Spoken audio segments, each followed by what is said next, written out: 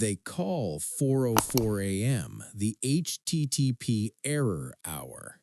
Most people think it's just a coincidence that they wake up then, but it's actually a glitch in the world's rendering. Last night, I found out why you're supposed to stay under the covers. I woke up to a notification chime. My phone screen was blindingly bright. It was a Life 360 alert saying, "Your mother has reached home." My heart dropped. My mother was sleeping in the room right across the hall. I checked the app. The map showed her icon moving at 80 miles per hour through my backyard. Then I heard it.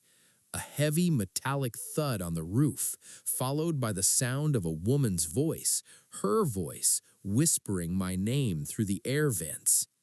I grabbed my phone to call her, but the screen changed. It wasn't my wallpaper anymore. It was a live camera feed of me sitting on my bed, looking at my phone.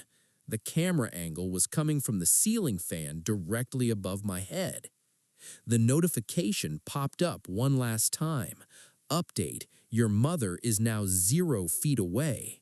I haven't looked up yet. I'm still staring at this screen.